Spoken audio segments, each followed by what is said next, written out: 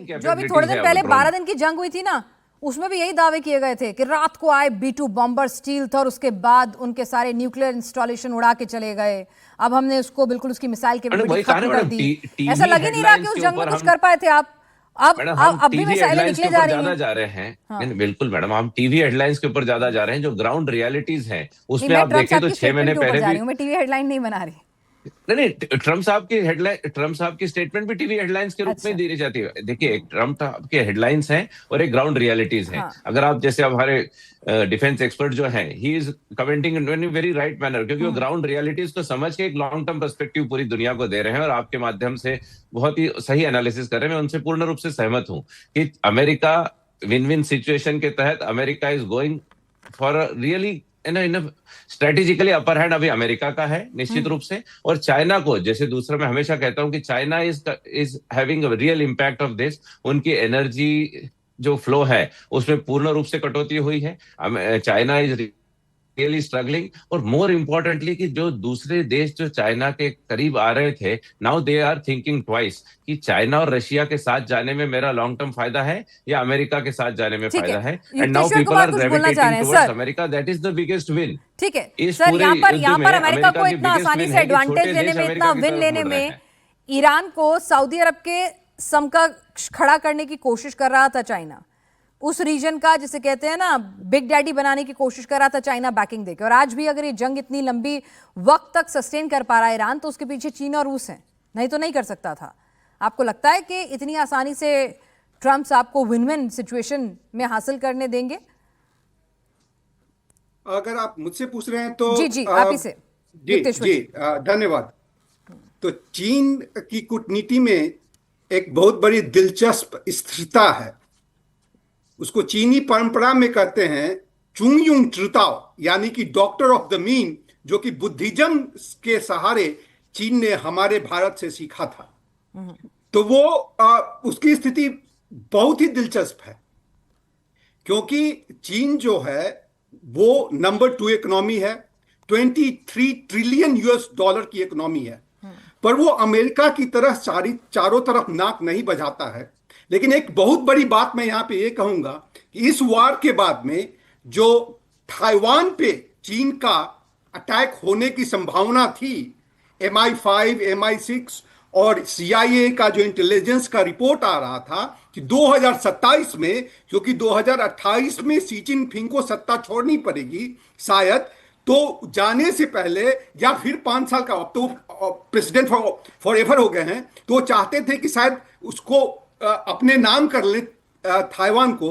लेकिन इस वार के बाद में, चूंकि वहां की इकोनॉमी भी खराब हुई है, बेरोजगारी भी बढ़ रही है, और ईरान से चूंकि 22 to 42%, लगभग 1.2 मिलियन का एवरीडे वो वहां से ऑयल इंपोर्ट करते हैं, और अब उसमें प्रॉब्लम हो रहा है।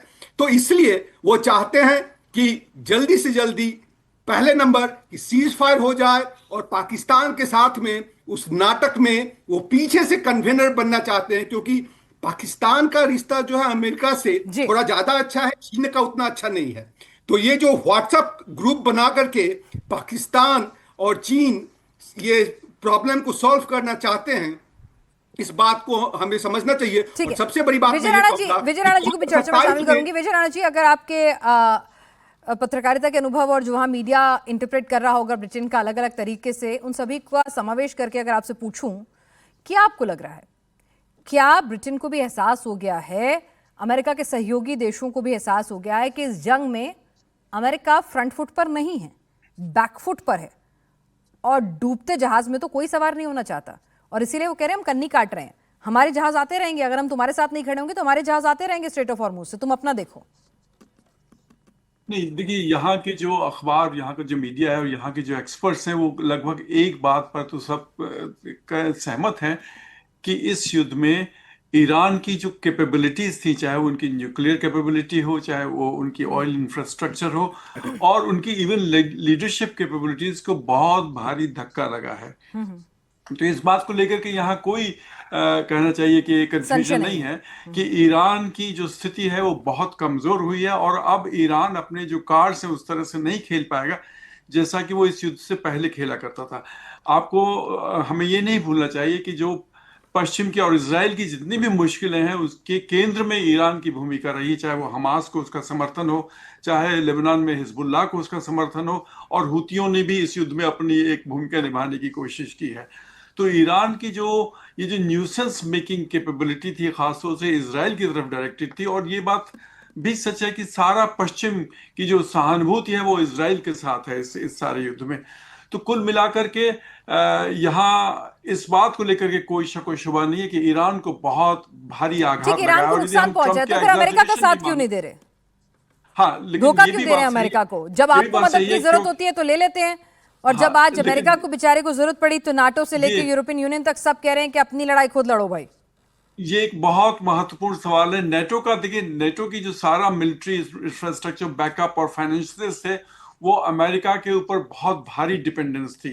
और अब खासतौर से ट्रंप जैसा राष्ट्रपति जो बड़े इंडिविजुअलिस्टिक है, जो अपने सेल्फ इंटरेस्ट को लेकर के उसके आगे कुछ नहीं सोचते हैं, वो इस स्थिति को और आगे ले जाने के लिए तैयार नहीं थे। पहले भी अमेरिका में इस बात को लेकर के असंतोष था, पहले भी इस तरह की सुगबुगाहट थी कि नेटो को अपनी जो रक्षात्मक जिम्मेदारियां हैं वो खुद निभानी चाहिए और उनका आर्थिक और सामरिक बोझ खुद उठाना चाहिए।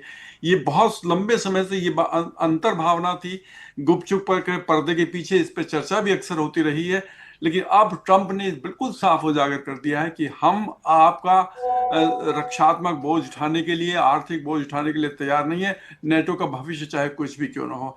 और आपको ये भी ध्यान होगा, यूक्रेन में नेटो की तरफ से पहल की गई थी और ट्रंप उसको लेकर भी बहुत असहज थे, और शुरुआत में तो लगभग पुतिन के समर्थन में ही एक तरह से दिखाई पड़ते थे। तो कुल मिलाकर के नेटो और अमेरिका की जो रिलेशनशिप है वो इतनी सरल और सपाट और सीधी नहीं थी जितनी कि ऊपर से दिखाई पड़ती थी।